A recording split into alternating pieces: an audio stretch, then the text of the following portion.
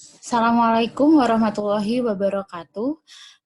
Hari ini saya akan melanjutkan review materi selanjutnya, yakni mengenai pendekatan humanistik dalam pembelajaran. Nah, selain itu, karena humanistik sangat erat kaitannya dengan motivasi, maka saya juga akan menjelaskan tentang materi motivasi peserta didik, seperti itu. Oke, mungkin karena kalian memang tidak mendapatkan mata kuliah psikologi umum, jadi istilah pendekatan humanistik ini mungkin agak asing di telinga kalian. Tapi kalau dalam uh, mata kuliah filsafat misalnya, pendekatan humanistik ini juga kadang familiar untuk dibicarakan. Oke, sekarang kita akan mulai dengan pelan-pelan membahas humanistik gitu ya secara umum, kemudian langsung kedua tokoh yang ada di rencana pembelajaran kita yaitu Maslow dan Carl Roger, kemudian penerapannya seperti apa, dan kemudian menginjak ke tentang bagaimana peningkatan atau cara meningkatkan motivasi peserta didik ditinjau dari teori-teori motivasi yang ada. Oke, sebelum menuju Abraham Maslow dan juga Carl Roger, saya akan menyampaikan salah satu ungkapan dari seorang tokoh yang merupakan bisa dibilang salah satu yang menstimulasi munculnya pendekatan humanistik, yaitu Paulo Freire yang mengatakan bahwa pembelajaran dalam pendekatan humanistik itu dipahami sebagai pembelajaran yang mengarah pada proses memanusiakan manusia. Jadi baik Maslow sekalipun setuju bahwa sebenarnya teori psikologi itu tidak sama dengan teori-teori yang lain karena kita menghadapi manusia dan manusia itu tidak bisa dikategorikan atau dikelompokkan atau dipandang berdasarkan teori-teori tertentu. Masing-masing individu memiliki bisa dibilang teorinya masing-masing gitu ya. Jadi tidak bisa dibandingkan dengan individu yang lain. Sehingga proses kita memahami manusia itu harus memanusiakan manusia itu sendiri agar kita bisa betul-betul membantu memaksimalkan potensinya. Kira-kira seperti itu suatu slogan ya yang diusung oleh pendekatan humanistik dalam memandang proses manusia itu sendiri. Oke. Nah, kalau dalam teori belajarnya, jadi sama seperti behavioristik, kognitif, konstruktivis, itu sebenarnya juga berkembang di luar dari bidang pendidikan itu sendiri. Tapi dalam teori pendidikan, gitu khususnya tentang belajar, bagaimana sih humanistik itu kemudian dimaknai? Nah, jadi kalau menurut teori belajar dari para tokoh-tokoh yang mengatakan dirinya masuk dalam pendekatan humanistik, belajar itu sendiri itu sebenarnya tidak hanya transfer of knowledge, tapi juga transfer of value. Jadi komponen pendidikan itu tidak hanya mengubah manusia itu menjadi pintar, tidak tahu menjadi tahu, tidak mampu menjadi mampu dan sebagainya, tapi juga mengantarkan manusia itu menjadi sosok manusia yang ideal, manusia yang ia cita-citakan gitu ya, sehingga bisa dikatakan kalau menurut Maslow mencapai aktualisasi dirinya. Nah itu lebih penting. Itu lebih penting. Belajar itu lebih penting ketika titik beratnya adalah menuju ke arah sana. Jadi transfer of value-nya itu juga diberikan. Peran guru apa? Jadi kalau dalam behavioris itu masih sangat teacher center sekali. Kalau dalam kognitif dan konstruktivis itu guru sudah semakin sedikit perannya gitu ya. Lebih kepada membimbing, sudah lebih student center sekali gitu ya. Nah, kalau dalam humanistik ini bahkan guru ini benar-benar seperti pendamping gitu ya, lebih kepada fasilitator saja.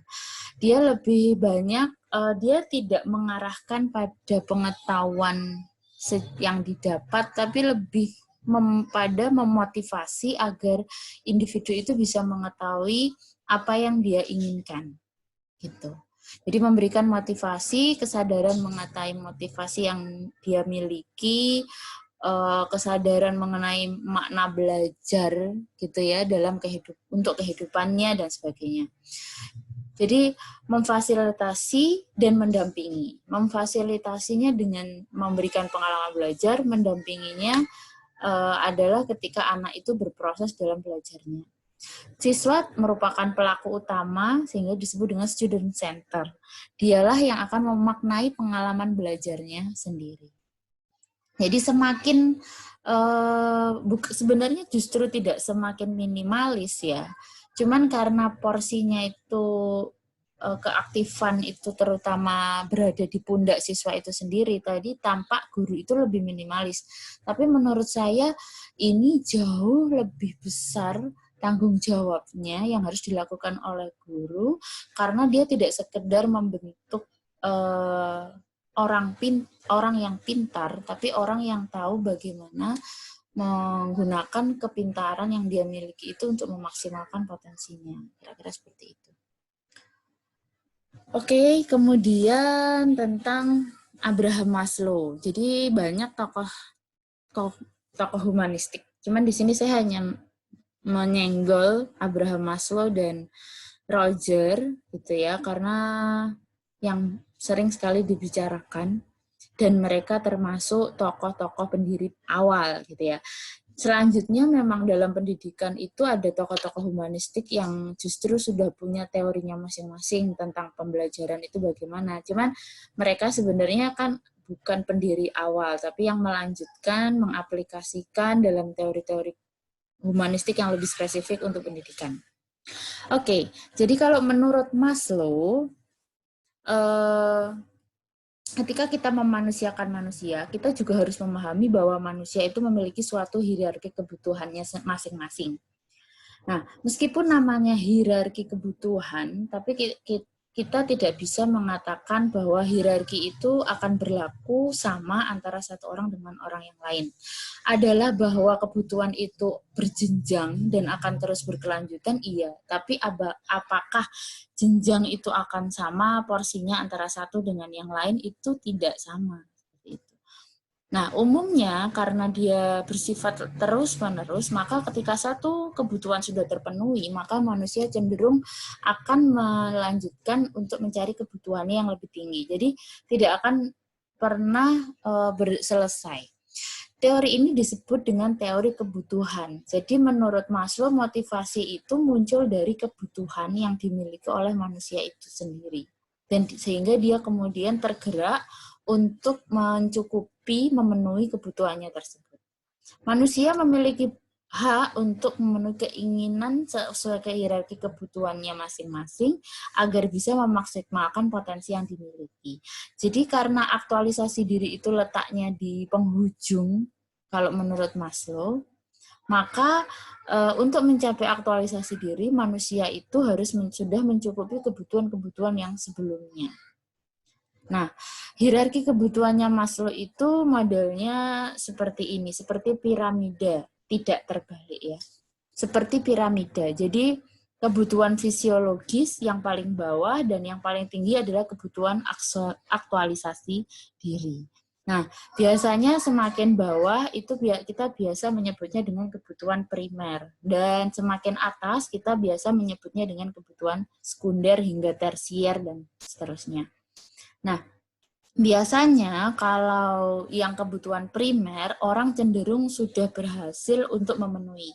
Tapi kalau untuk kebutuhan harga diri dan aktualisasi diri, biasanya itu by proses gitu ya. Akan ada fluktuasinya hingga seseorang itu merasa benar-benar memiliki harga diri yang dia harapkan gitu. Bukan berarti dia ingin disombongkan atau dipuji, tapi harga diri itu kita tidak bisa menutup mata bahwa setiap orang itu memerlukan itu agar dia bisa memaksimalkan potensinya dan mengaktualisasi dirinya.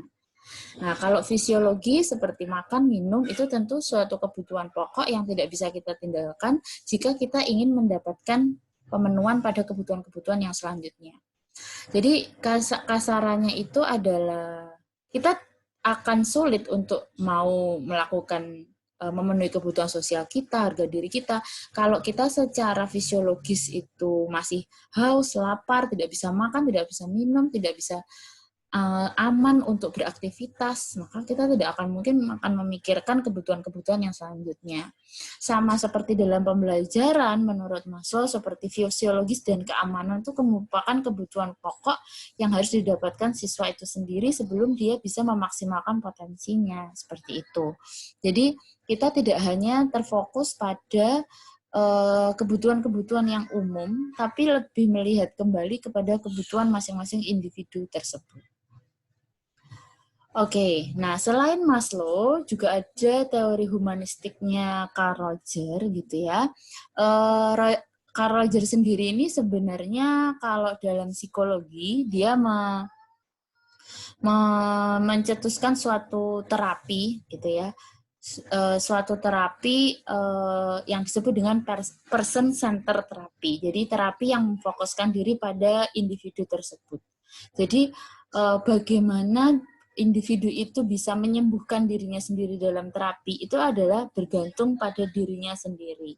Terapi di sini sama sekali tidak memberikan pengarahan yang spesifik kecuali suatu dorongan, motivasi agar dia kemudian menemukan apa yang sebenarnya dia inginkan, apa yang sebenarnya dia butuhkan. Nah, demikian itu kemudian diaplikasikan dalam pendekatan pendidikan, maka kita bisa melihat bahwa seharusnya kalau menurut humanistik, pendekatan pendidikan itu harus menjadikan belajar itu lebih menyenangkan. Dalam arti lebih manusiawi, lebih personal, gitu ya, in-depth relation antara guru dan siswa, gitu ya, dan menimbulkan suatu kebermaknaan. Jadi seperti terapi gitu. Seharusnya pendidikan itu juga seperti keadaan ketika kita konseling atau terapi. Ketika tidak ada posisi yang lemah, rendah atau harus menjadi korban di sana, tetapi ada suatu mutualisme antara guru dan siswa, saling mengasihi, semenyenangkan, suatu kedekatan emosional yang tinggi. Nah, kasarannya seperti itu kalau menurut Roger. Pendidikan berpusat pada pribadi seseorang, sudah jelas saya rasa. Nilai dari perencanaan kurikulum, keahlian ilmiah guru, itu tidak jauh lebih penting kalau dibandingkan dengan memudahkan siswa untuk belajar, merespon perasaan siswa, meningkatkan mutu interaksi siswa dan guru, seperti itu. Jadi kita lebih harus mengutamakan tentang bagaimana memberikan kenyamanan kepada siswa sebelum kita memikirkan hal-hal yang lain. Kemudian memperkaya sumber belajar siswa. Jadi karena kita harus memfasilitasi, maka sumber belajar dan pengalaman belajar itu juga perlu diperkaya, gitu ya.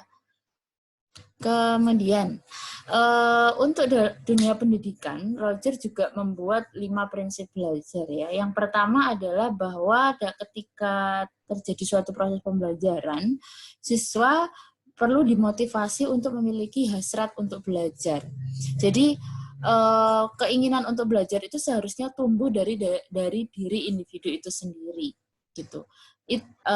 Biasanya hasrat ini akan tumbuh ketika mereka diberi kebebasan untuk belajar, freedom to learn. Ketika belajar itu tidak ada tekanan, tidak ada paksaan, tidak ada rencana yang kaku diberikan oleh sekolah, gitu ya. Tidak diberikan kuliah atau ceramah ketika siswa tidak menghendakinya.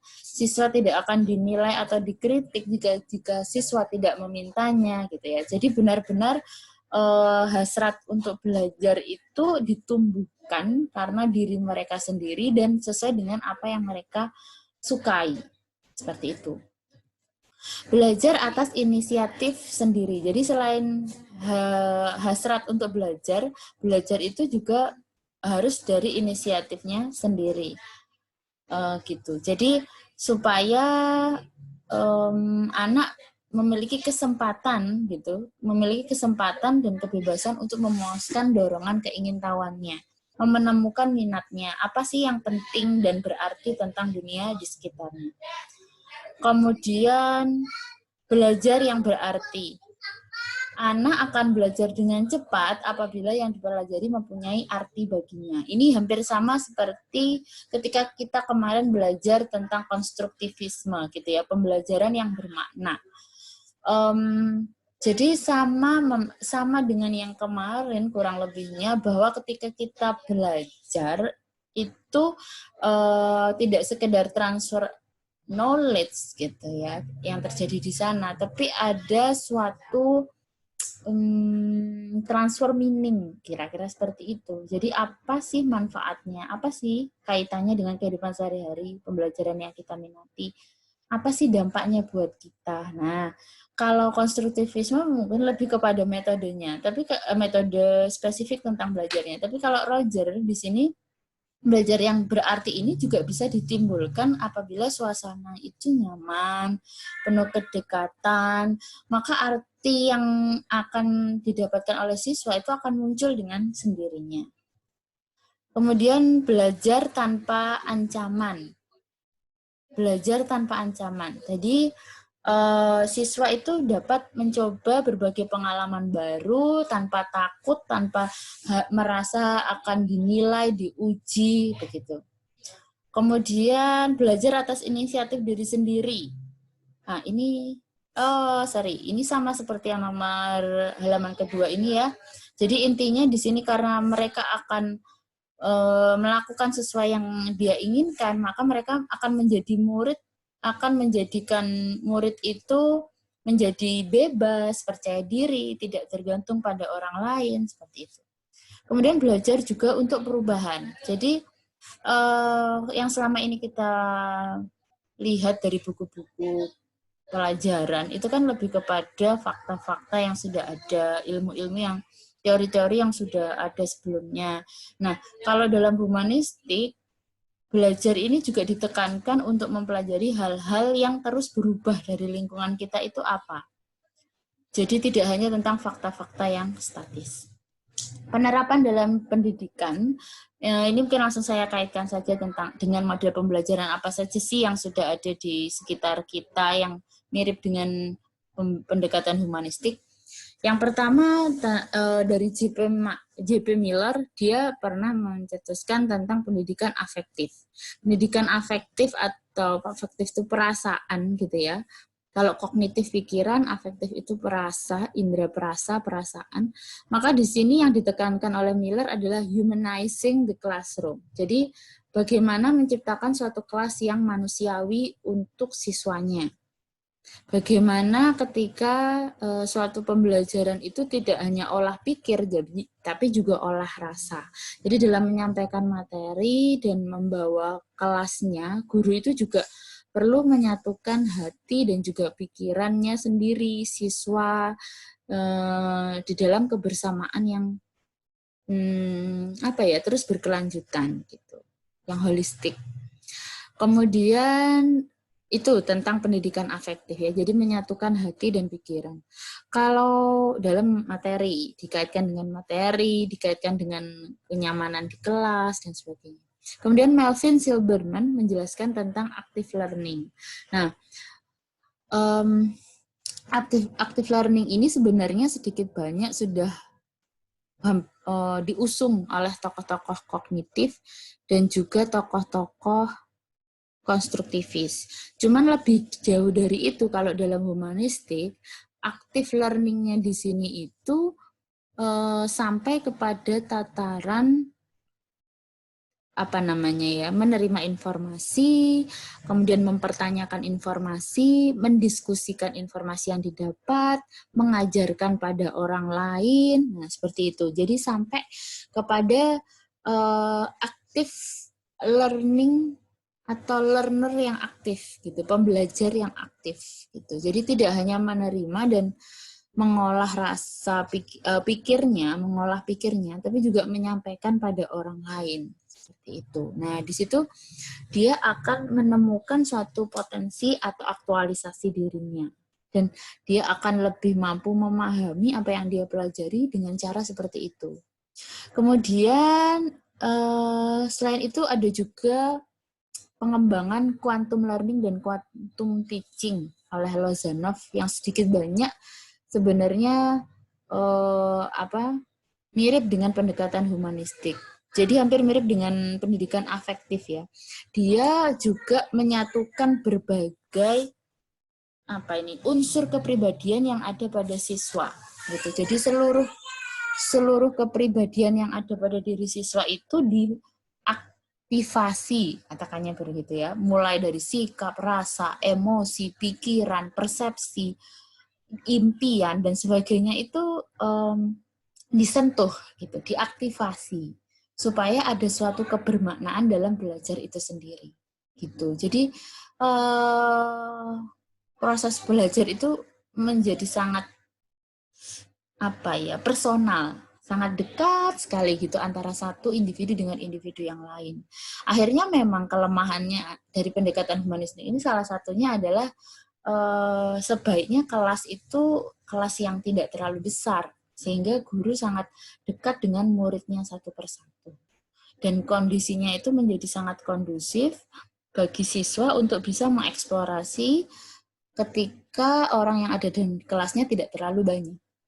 Kemudian the accelerated learning, hampir sama seperti quantum learning, quantum teaching, kemudian humanizing of the classroom. Jadi di sini siswa itu diaktifasi seluruh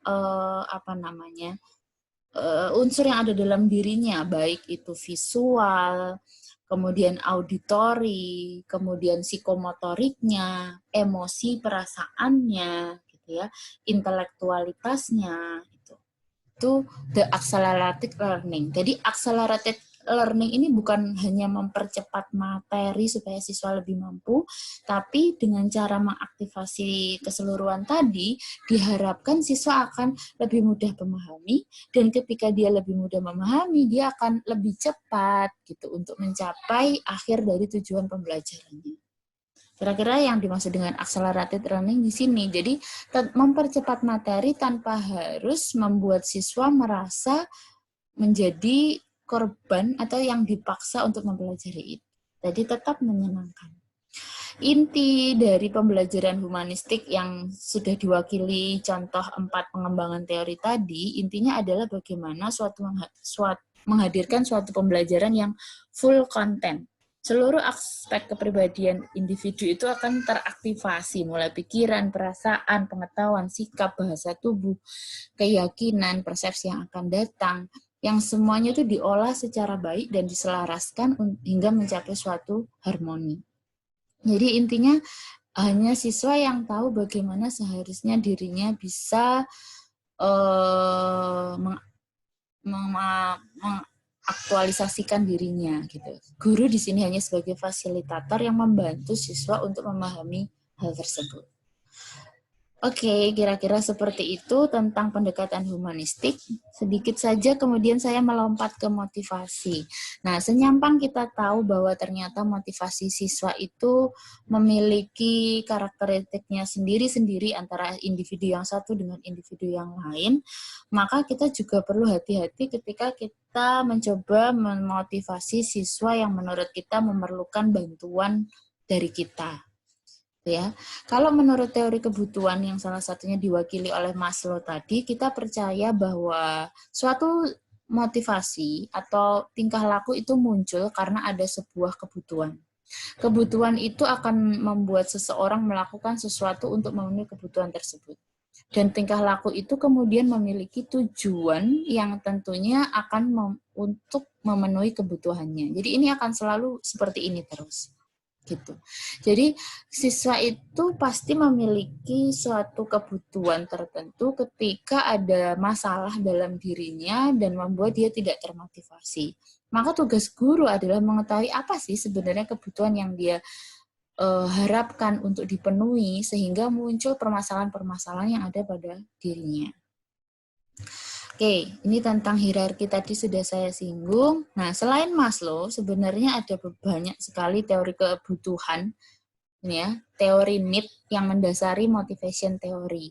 Kalau Maslow ini ada 5, kalau Adler ini ada 3, eksistensi, relatedness, dan grow. Eksistensi sama dengan fisiologis dan keamanan, relatedness sama dengan kebutuhan sosialnya Maslow, grow sama dengan kebutuhan harga diri dan aktualisasi dirinya Maslow. McClellan juga demikian, ada need for affiliation, need for achievement, dan need for power. Affiliation, achievement sama dengan harga diri, power sama dengan self-actualization. Kemudian Hesberg, ada juga kebutuhan akan hygiene, serta motivator. Nah, kalau yang hygiene lebih kepada konteksnya, jadi seperti faktor-faktor yang di sekelilingnya yang berpengaruh. Kalau motivator atau kontennya itu kepada intinya. Jadi sebelum memenuhi konten, biasanya kita akan memenuhi konteks yang mendukung konten tersebut. Seperti itu. Jadi kalau mau membuat siswa itu rajin belajar, maka kita harus menyediakan fasilitas yang dia butuhkan agar dia termotivasi untuk belajar. Gitu ya. Oke, kemudian sedikit agak berbeda dengan tokoh yang lain. Kalau Viktor Fromm itu mendasarkan motivasi pada harapan dan nilai. Jadi motivasi itu muncul dari harapan dan nilai. Harapan apa? Harapan akan berhasil tidaknya aktivitas tersebut. Dan nilai apa? Nilai kesuksesan yang akan dia dapatkan jika dia melakukan aktivitas tersebut. Jadi kasarannya adalah orang tidak akan termotivasi jika dia merasa bahwa tidak akan termotivasi melakukan sesuatu apabila dia merasa tidak ada harapan untuk dia bisa menyelesaikan aktivitas tersebut dan tidak ada nilai atau value penting yang akan dia dapat ketika dia mampu melakukan aktivitas tersebut gitu. Jadi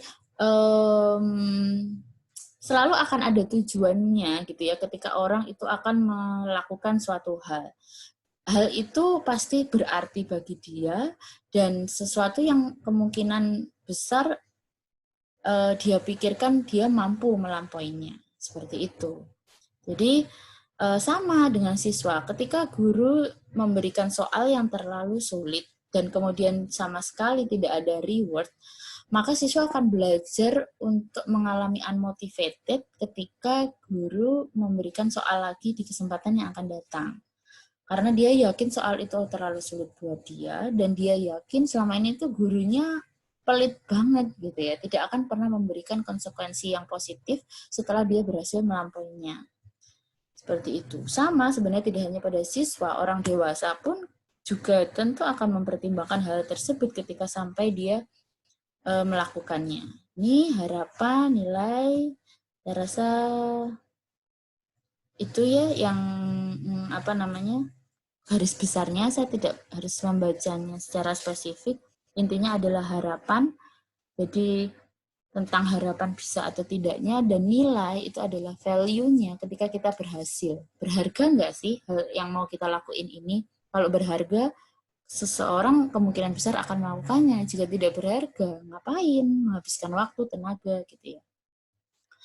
Oke, kemudian kita sampai pada bagaimana sih cara meningkatkan keyakinan akan kemampuan diri dan penilaian diri pada siswa. Karena motivasi itu juga menurut Fromm tadi dipengaruhi oleh nilai dan harapan. Jadi bagaimana supaya siswa itu punya harapan dan merasa memiliki suatu nilai kebermaknaan akan apa yang akan dia dapatkan.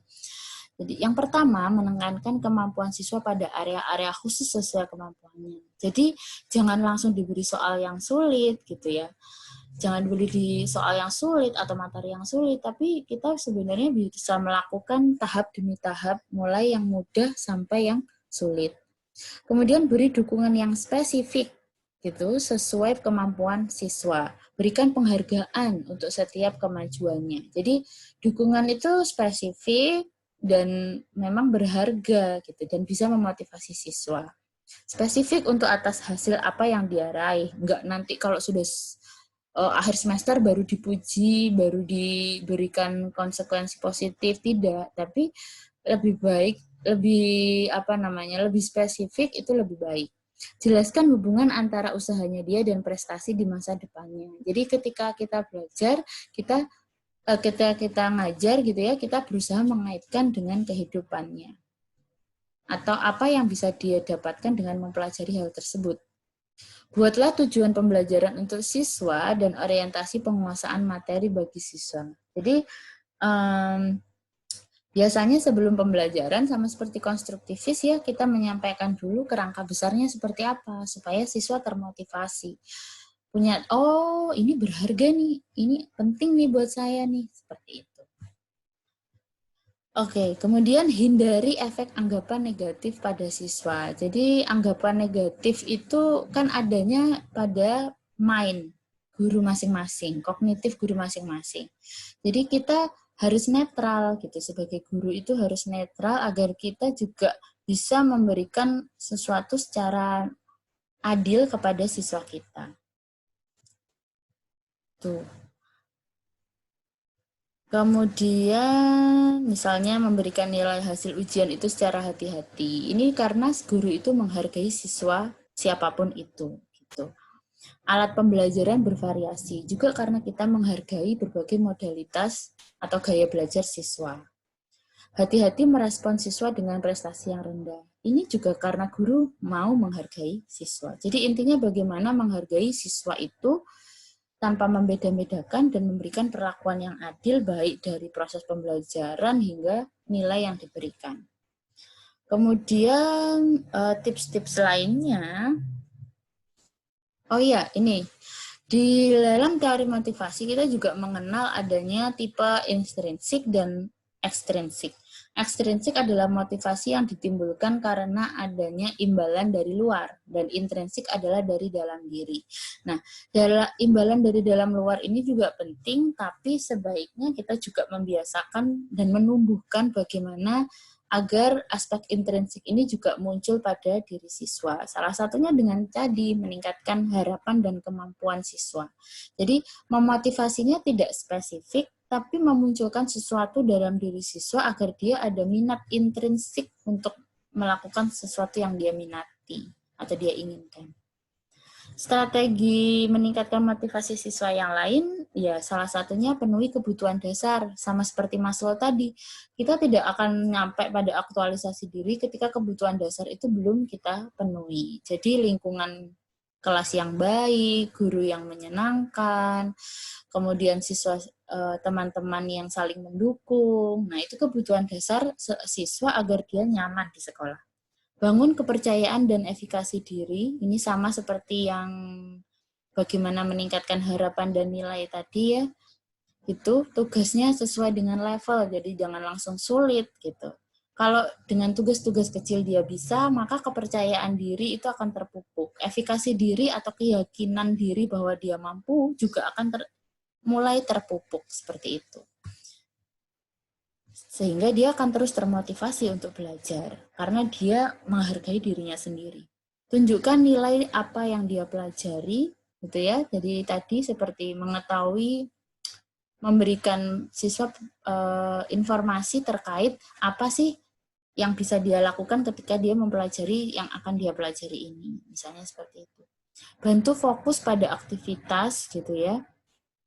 Jadi terus menstimulasi siswa untuk kembali fokus kepada pembelajaran yang sedang dilakukan gitu ketika dia mulai lengah, kurang fokus dan sebagainya.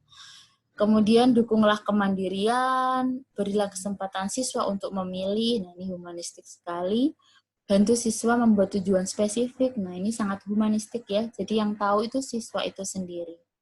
Kemudian berikan feedback yang positif. Feedback yang positif ini meskipun sebenarnya kontennya negatif harus disampaikan dengan cara yang positif. Itu yang dimaksud dengan feedback yang positif. Kemudian bangun dan dukung minat siswa. Nah, ini sangat humanistik. Jadi intinya kita tahu, kita dekat dengan siswa kita tahu apa yang dia butuhkan sehingga kita bisa mendukung minatnya dia, hobinya dia secara spesifik. Oke, saya rasa itu tentang humanistik dan motivasi. Semoga bermanfaat. Nanti selamat mengerjakan kuisnya juga. Wassalamualaikum warahmatullahi wabarakatuh.